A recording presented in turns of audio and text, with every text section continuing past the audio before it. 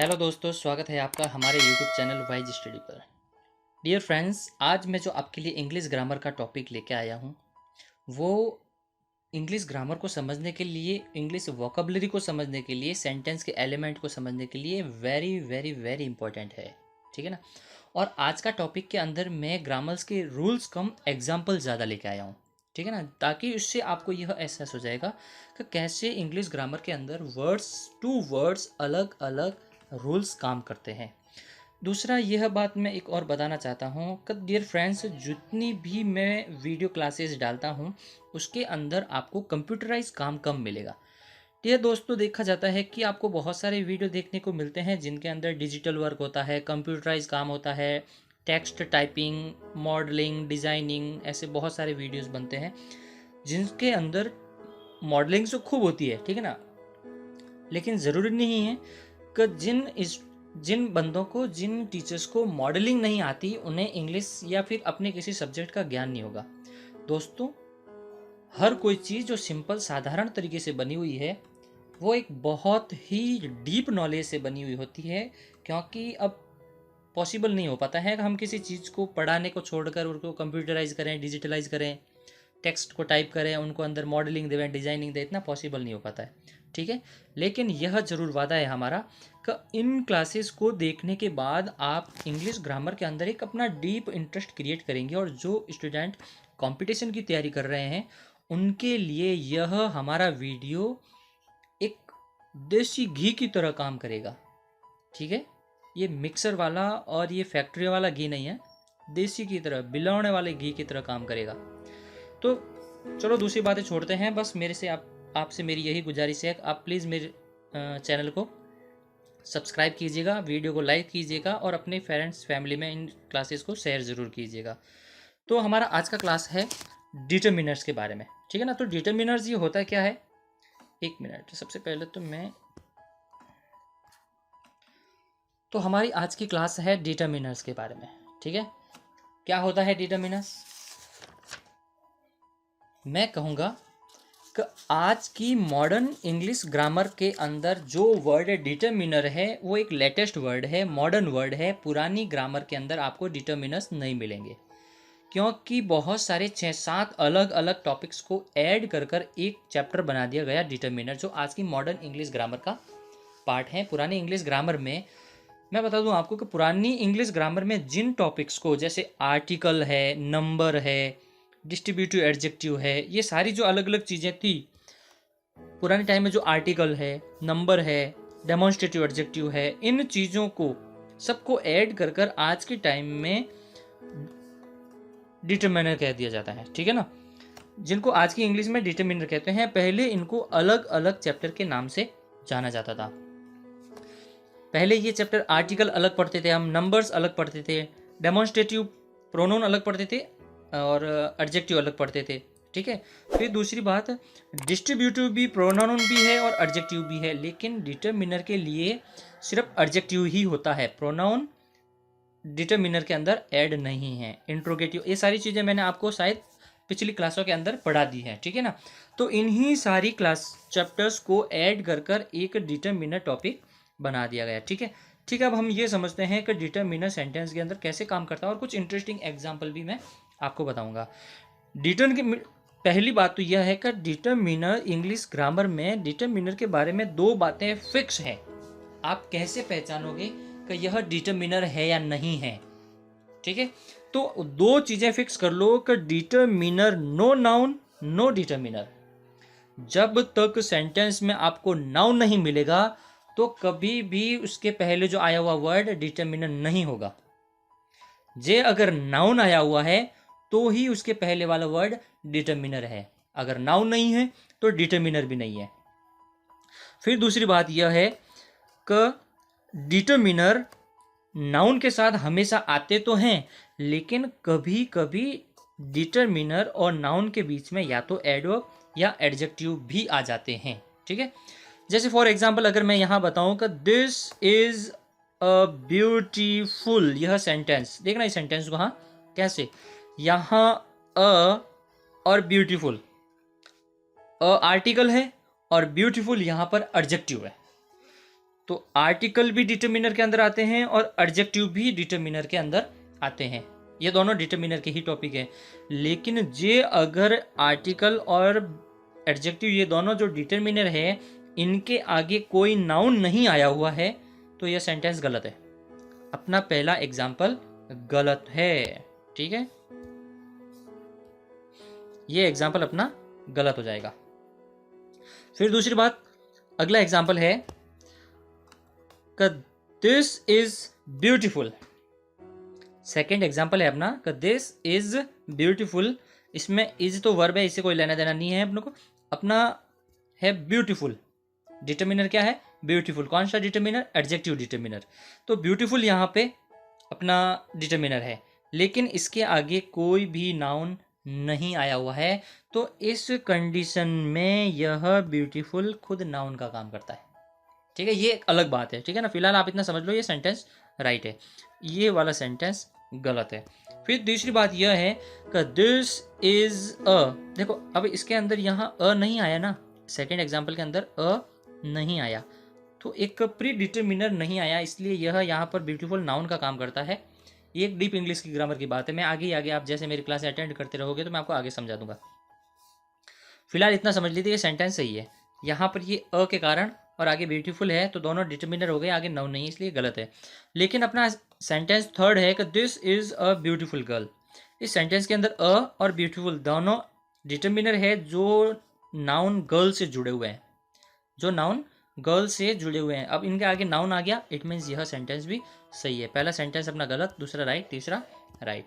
चलो आगे देखते हैं डिटर्मिनर के बारे में। आज का सारा क्लास अपना डिटर्मिनर के बारे में ही है और डिटर्मिनर के बारे में ही आपको जानकारी दूंगा। देखो एक नोट दिया है मैंने आपको, ठीक है ना।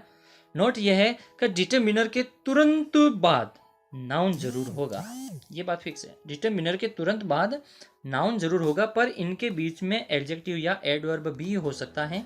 यह बात मैंने आपको यहाँ पे इस फॉर्मूले में बता दी। ये फॉर्मूला यही बात कहता है, यह फॉर्मूला यही बात कहता है कि डिटर्मिनर और नाउन दोनों साथ आते हैं, लेकिन कभी कभी इनके बीच में एडजेक्टिव या एडवर्ब भी आ सकते हैं।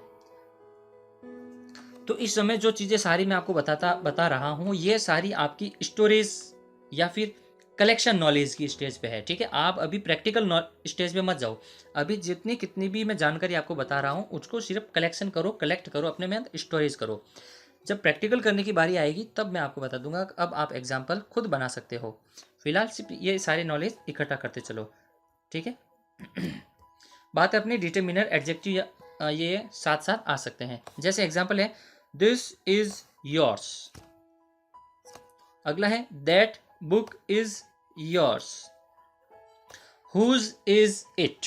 अच्छा, इन एग्जाम्पल के बारे में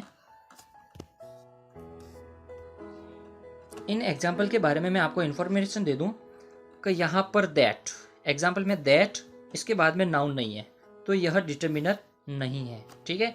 और योर्स, ये तो मैंने आपको एक टेबल बताई है जो कि प्योर नाउन प्योर प्रोनाउन है, एडजेक्टिव है ही नहीं, ठीक है।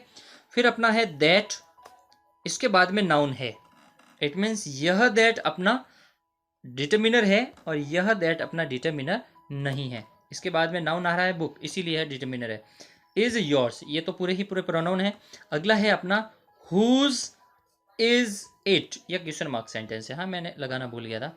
हुज इज इट सेंटेंस है अपना। हुज के बाद में कोई नाउन आया क्या? नहीं आया, इट मीन्स यह अपना डिटर्मिनर नहीं है।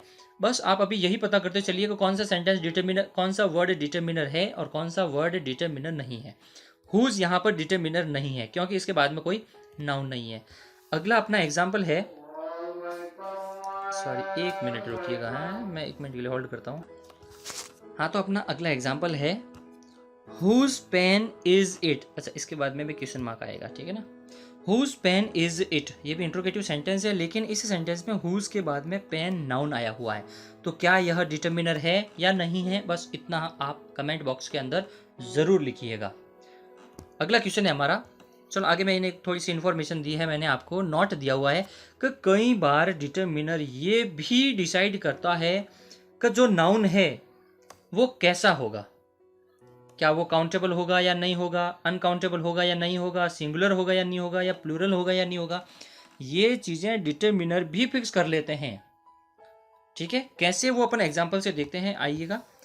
जैसे मेरी एक बात है कि दिस बुक, ऐसा फिक्स है कि जो ये दिस है यह एक सिंगुलर डिटरमिनर है, इसके आगे आने वाला नाउन कभी भी प्लूरल नहीं होगा, ये फिक्स है, ये रूल्स है।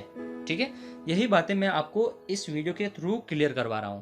तो दिस हमेशा सिंगुलर नाउन के लिए ही आता है, दिस एक सिंगुलर डिटरमिनर है। तो बुक्स, ये सेंटेंस, ये वर्ड सही है। ठीक है, अगला है अपना दिस बुक्स। तो दिस सिंगुलर होने के कारण प्लूरल नाउन के आगे नहीं आएगा, डिटरमिनर तो है लेकिन यहां पर इसका यूज गलत है। या तो इसको सिंगुलर करो या फिर इसको प्लूरल करो। ठीक है, फिलहाल इस कंडीशन के अंदर यह वर्ड अपना गलत है। क्यों? कि यहां बुक्स है इसलिए दिस बुक्स के साथ नहीं आता है, प्लूरल होने के कारण दिस यहां पर गलत है।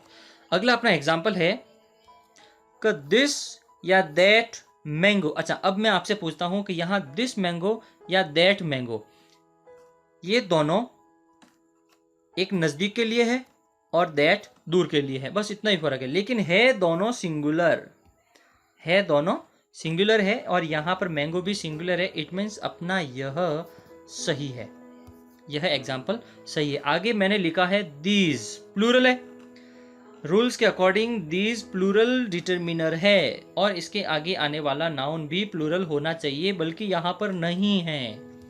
तो मेरा मतलब यहां हो गया यह गलत, क्योंकि दीज प्लूरल है तो नाउन भी प्लूरल होना चाहिए। देखो, मैंने अभी आपको डेफिनेशन में बताया ना कि कई बार डिटरमिनर ये भी डिसाइड करता है कि उसके बाद आने वाला नाउन कैसा होगा, काउंटेबल या अनकाउंटेबल, सिंगुलर या प्लूरल, ये बातें डिसाइड करता है। ठीक है ना, और इन्हीं के एग्जाम्पल मैंने यहाँ दिए हैं। देखते हैं आगे। तो ये सारा क्लियर हो गया। दिस मैंगोज, अच्छा दिस मैंने कहा था सिंगुलर है तो इसके आगे वाला नाउन भी सिंगुलर होना चाहिए, बल्कि यहाँ पर नहीं है, तो ये अपना एग्जाम्पल गलत है। ठीक है, अगला है दीज जो कि प्लूरल है और मैंगोज नाउन भी प्लूरल है और ये सही है। ठीक है, इट मीन्स यह बात प्रूव हो गई कि कई डिटरमिनर ऐसे हैं जो अपने आगे आने वाले नाउन का सिंगुलर प्लूरल भी डिसाइड करते हैं और काउंटेबल या अनकाउंटेबल भी डिसाइड करते हैं। काउंटेबल और अनकाउंटेबल के एग्जाम्पल मैंने यहाँ दिए नहीं है, फ्यू अ फ्यू ये काउंटेबल में आते हैं, some little a little uncountable में आते हैं। चलो अगला अपना है क एन एप्पल्स। एन का मतलब होता है सिंगुलर, एन का मतलब होता है सिंगुलर और एप्पल्स यहाँ नाउन है प्लूरल, तो सीधी सी बात है अपना यह वर्ड गलत है। ठीक है, अगला अपना वर्ड है सम। सम हमेशा प्लूरल माना जाता है, सम हमेशा प्लूरल माना जाता है और इसके आगे वाले नाउन भी प्लूरल है, तो यह वर्ड अपना सही है।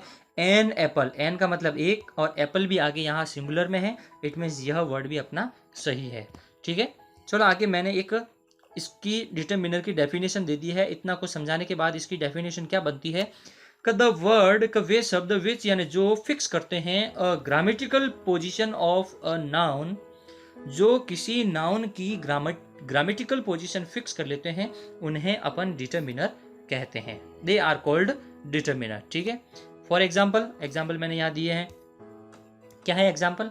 जैसे अ lot of, a lot of यह पूरा एक वर्ड है, पहले तो ये बात पता कर लीजिए। देखो एक मिनट, ये बीच में क्या आ गया यार, एडिट पिक्चर, ठीक है हो गया सही। वर्ड है अपना अ लॉट ऑफ, ये पूरा एक वर्ड है पहली बात तो। ठीक है, अ लॉट ऑफ यह पूरा एक वर्ड और यह भी प्लूरल डिटरमिनर है, और इसके आगे मनी, ये ऑलरेडी देखो कोई वर्ड एस बहुवचन बनाने के लिए एस या ई एस होना ही जरूरी नहीं है, कुछ वर्ड अपने आप में ही प्लूरल होते हैं। यह वर्ड अपने आप में प्लूरल है, जैसे वर्ड होता है पोल्ट्री फॉर्म, जिसे वो मुर्गी वाला पोल्ट्री फॉर्म है, तो पोल्ट्री अपने आप में प्लूरल है। शनेरी जैसे कोई चित्र होता है ना, अच्छा नज़ारा, सनेरी, वो भी अपने आप में प्लूरल है। पोलिश ये भी अपने आप में प्लूरल है, तो यहाँ मनी भी अपने आप में प्लूरल है और यह वर्ड अपना सही है। A lot of books plural है, तो यहाँ पर भी ये अपना वर्ड सही है। अ लॉट ऑफ बुक्स, एक ही एग्जाम्पल मैंने डबल बार दे दिया। अ lot of books, a lot of books, ठीक है, दोनों ही वर्ड सही है। मेरे कहने का मतलब है अगर यहाँ एस नहीं होता तो यह सेंटेंस अपना गलत होता, लेकिन यहाँ पर प्लूरल है तो यह वर्ड भी सही है। अच्छा, दूसरी बात यह, मैंने अभी आपको कहा था कि ये काउंटेबल और अनकाउंटेबल भी डिसाइड करते हैं, सिंगुलर और प्लूरल भी डिसाइड करते हैं। तो पहला मेरा क्वेश्चन यह है कि व्हाट इज काउंटेबल। काउंटेबल किसे कहते हैं, किन चीज़ों को काउंटेबल कहते हैं? तो काफ़ी सारे स्टूडेंट का ये हो जाता है कि जिन चीज़ों को अपन गिन सकते हैं वो काउंटेबल होती है। ऐसा नहीं है, ठीक है ना। इंग्लिश ग्रामर को ग्रामर के हिसाब से सॉल्व करेंगे तो सही होगा। यह कोई एक जायज़ उत्तर नहीं है, एक कोई लीगल उत्तर नहीं है कि किस जिन चीज़ों को गिन सकते हैं वह काउंटेबल होती है। यह सही आंसर नहीं है। देखिए, इसका सही आंसर ये होता है कि जिस नाउन का प्लूरल फॉर्म बन सकता है वो होता है काउंटेबल, या फिर उसके आगे अपन सिंगुलर में अ या एन लगा सकते हैं और प्लूरल में उसके आगे वन तो नहीं, वन तो सिंगुलर में होगा, और प्लूरल में उसके आगे 2 3 4 5 जितना कितना भी अपन चाहे लगा सकते हैं, उसे कहते हैं काउंटेबल। मेरे कहने का मतलब है कि ऐसी कोई चीज़ जैसे पानी, पानी का सिंगुलर क्या होता है? होता ही नहीं है। कैरोसिन सिंगुलर क्या होता है? होता ही नहीं है। पेट्रोल का सिंगुलर होता ही नहीं है, तो यह काउंटेबल नहीं है। मेरे कहने का मतलब है कि ऐसा कोई वर्ड जिसका सिंगुलर बन सकता है, जैसे बॉटल, बॉटल सिंगुलर है, बॉटल्स प्लूरल बन रहा है, 2 बॉटल, 3 बॉटल, 10 बॉटल्स, 5 बॉटल्स, एक से ज़्यादा होने पर उसे अपन बॉटल्स कहेंगे, ठीक है ना। तो बॉटल काउंटेबल है, मिल्क काउंटेबल नहीं है, क्योंकि जिसका सिंगुलर बन सकता है वह काउंटेबल है, और प्लूरल में उसके आगे अपन 2 3 4 5 6 लगा सकते हैं, वह काउंटेबल है। तो अनकाउंटेबल क्या होगा? जस्ट इसका उल्टा कर देंगे अपन, क जिस नाउन का प्लूरल फॉर्म नहीं बन सकता या फिर उसके सिंगुलर के आगे अ या एन नहीं लग सकता, जैसे वाटर, केरोसिन, मिल्क, इनके आगे आप कभी भी अ या एन नहीं देखेंगे, लगेगा ही नहीं, और जे अगर कहीं लगा हुआ है या फिर किसी ने लगा दिया है तो वो गलत है, ठीक है। और फिर उसका प्लूरल बनाने के अपन 2 मिल्क, 3 मिल्क, 7 मिल्क, 4 केरोसिन, ये ऐसे नहीं होते हैं और न लगा सकते हैं, और लगाएंगे तो गलत है। तो उस कंडीशन में वह अनकाउंटेबल है, काउंटेबल नहीं है। तो यह होगी अपनी काउंटेबल और अनकाउंटेबल की डेफिनेशन। तो दोस्तों, आज का हमारा 17 मिनट का वीडियो हो गया है। मैं सोचता हूँ शायद ये ज़्यादा हो जाएगा। वैसे चैप्टर तो अपना बहुत इंटरेस्टिंग है, और इसकी आगे वाली क्लास में इसके आगे वाला डिटेल में नेक्स्ट क्लास के अंदर डाल दूंगा, ठीक है ना। स्टडी मटेरियल अपना रेडी है, तो वेट कीजिएगा आप नेक्स्ट क्लास का, और इस क्लास को अच्छे से लाइक कीजिएगा, शेयर कीजिए, और मेरे चैनल को सब्सक्राइब कीजिएगा। Till then, take care, goodbye, see you in next class.